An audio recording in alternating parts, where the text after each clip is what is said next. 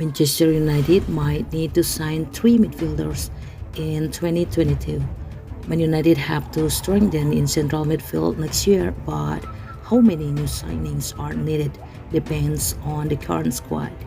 If there's one area where Manchester United fell short in the summer transfer window, it was signing a midfield. A controlling defensive midfielder was high up on Ole Gunnar Solskjaer's wishlist, but it was a window where not every wish could be fulfilled. In the end, signing Raphael Varane, Jadon Sancho, and Cristiano Ronaldo looked pretty impressive. It was one of the most stellar windows United have had in recent years.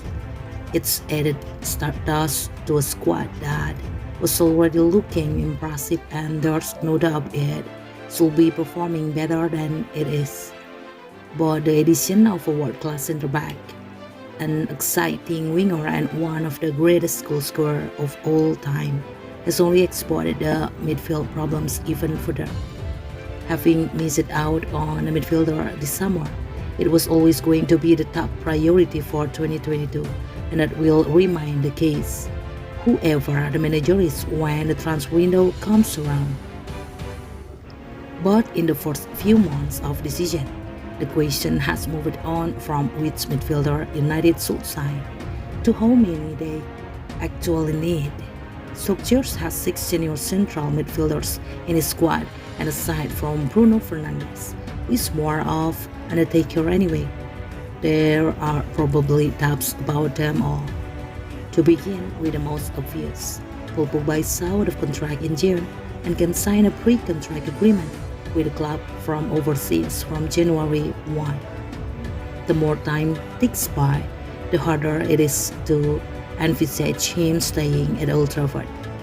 Donny van de Beek's future looks grim at the moment, given he has played 20 minutes of Premier League football this season and has failed to get off the bench in 9 of 11 league fixtures. Although his fortunes could pick up if Ole Gunnar Solskjaer is replaced, it is worth saying Solskjaer has doubts about Van de Beek for a reason. However, and there's no guarantee a change of manager will equal a change in circumstance. Van de Beek needs to be playing regularly to get back into the Holland squad, and we are now only a year out from a World Cup. So, if he's not playing, he's likely to push for a move. Changing his agent was a clear sign that he's considering an exit from Old Trafford. Nemanja Matic will turn 34 next August and will probably see out the final year of his contract, but it's unlikely he will play too prominent a role in the 2022-23 season.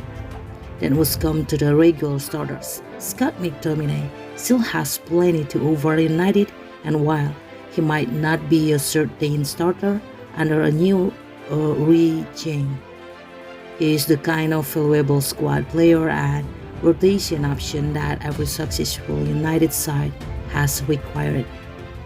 In fact, United have a £50 million Brazilian midfielder who hasn't played up any trades.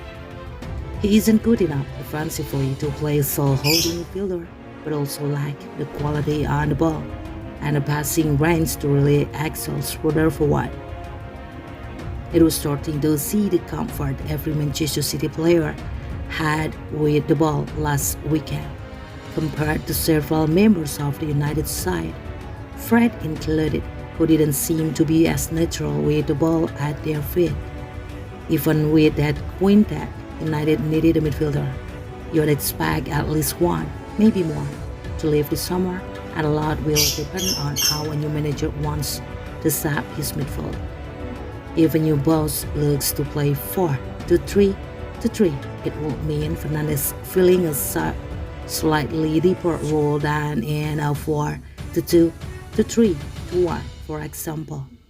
United priority is probably going to be a defensive midfielder, but their lack of quality on the ball in the derby highlighted that the need for central players who can pick a pass as well. The biggest challenge next summer for whoever the next United manager is will be improving midfielder that has been hopelessly exposed at times this season.